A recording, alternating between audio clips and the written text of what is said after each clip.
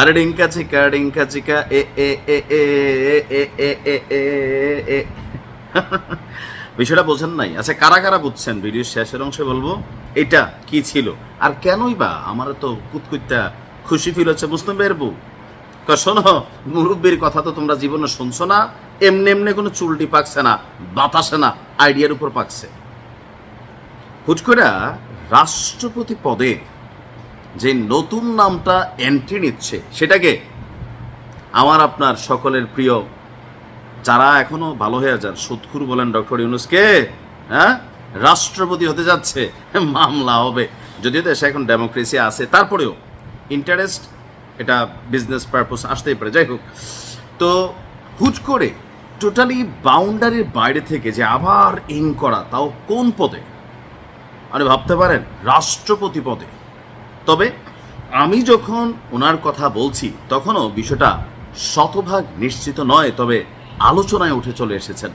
অপরদিকে মির্জা ফখরুল ইসলাম, ডক্টর মঈন খান এবং খন্দকার মোশাররফ হোসেন, এই তিনজনের মধ্যে আমি বলছিলাম যে মির্জা ফখরুল ইসলাম তিনি সবচেয়ে বেশি যোগ্য।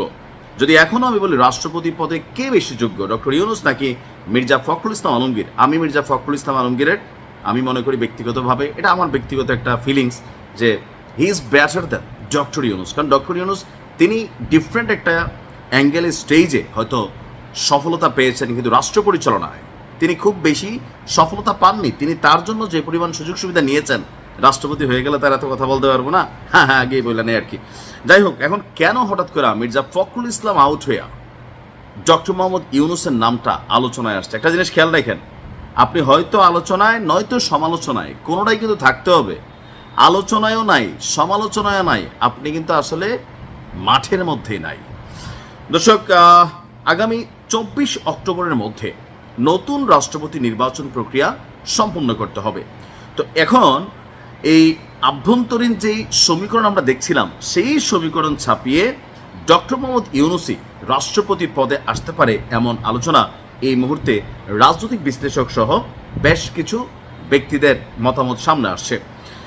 বলা হচ্ছে যে ডক্টর ইউনূস সাহেব, এখন অনেকে বলতেছেন যে নির্বাচনের আগে ডক্টর মোহাম্মদ ইউনূসের সাথে যখন জামাতের খুব বেশি ঘনিষ্ঠতা ছিল, একটা পর্যায়ে আমরা ভাইবেই নিয়েছিলাম যে এই সরকারটারে জামাতই চালায়, তাই না? ডক্টর ইউনূস জামাতের কথায় ওঠেন বসেন, এরকম কিন্তু একটা পারসেপশন তৈরি হয়েছিল, বিশেষ করে বিএনপির পক্ষ থেকে ইশারা ইঙ্গিতে বলা হতো। কিন্তু যখন লন্ডনে গেলেন ডক্টর ইউনূস, সেইখানে একটা বৈঠক হয়েছিল, সেই বৈঠকের পরই সব কিছু আসলে আস্তে আস্তে বদলাতে থাকে। আমরা দেখছি যে ডক্টর ইউনূসের তৎকালীন প্রেক্ষাপটে বিএনপি যে কোণঠাস অবস্থান ছিল, সেখান থেকে কিছুটা হলেও তারা স্বস্তির নিঃশ্বাস ফেলেছিল। তো এখন যখন ওনার নাম আলোচনায়, তো কেউ কেউ আবার দেখলাম কমেন্টে লিখতেছে কি যে এটা লন্ডন বৈঠকেই সিদ্ধান্ত হয়ে গেছিল যে জনাব তারেক রহমান তিনি হবেন প্রধানমন্ত্রী আর ডক্টর মোহাম্মদ ইউনূস তিনি হবেন আপনার রাষ্ট্রপতি। কেন এরকম? এটা নিয়ে অনেক বিশ্লেষকদের মন্তব্য এরকম যে যদি তখন ডক্টর ইউনূসের সাথে এরকম সেটেলমেন্ট না হইতো, তাহলে দেশে নির্বাচনই হইতো না। ডক্টর ইউনূস ওই যে এরকম মানে 5 বছর স্যার আপনাকে চাই একটা ঈদের নামাজ পড়ার পর এরকম হাত টাত দিয়া উনিও খুশি হয়েছিল। অনেকে বলতেছিল যে জনগণ তো আমাদেরকে চায়। এটা থেকে বিএনপি ভয় পাইছে যে আরে এত বছর পরে এমনি এমনি যে আসলো, এখন আবার এত কাহিনী, এই ডক্টর ইউনূস তো আসলে জায়গা ছাড়বে না মনে হচ্ছে।